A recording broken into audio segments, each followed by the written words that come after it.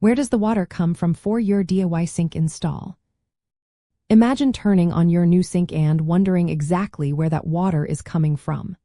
It's a simple question, but understanding the source helps you see the bigger picture of your plumbing system. When you install a new sink yourself, the water supply actually comes from the existing plumbing system in your house.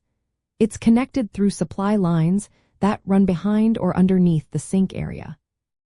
These lines are linked to your home's main water supply, which is usually fed from the city water system or a private well. There are typically two supply lines for a sink, one for cold water and one for hot water. These lines are flexible tubes, often made of braided stainless steel or flexible plastic, which makes installation easier. They connect to shut-off valves that are installed on the water pipes under the sink. These valves are important because they let you turn off the water to the sink without shutting off water to the entire house. If you don't have shut-off valves, it's a good idea to install them before starting your sink project. During installation, you attach the flexible supply lines to the faucet's tailpieces, which are the threaded pipes sticking out of the faucet. You tighten these connections with a wrench, but be careful not to over-tighten, as that can damage the fittings. If your faucet has a sprayer or additional features, those hoses connect to dedicated ports on the faucet.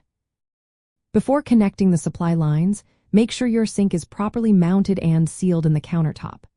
Check that all faucet components, like aerators or cartridges, are installed correctly to prevent leaks. Once everything is set, slowly turn on the shut-off valves to allow water to flow. Carefully inspect all connections for leaks, tightening fittings slightly if needed. Remember, over-tightening can cause damage or leaks. In essence, the water for your DIY sink installation comes from the house's existing plumbing system.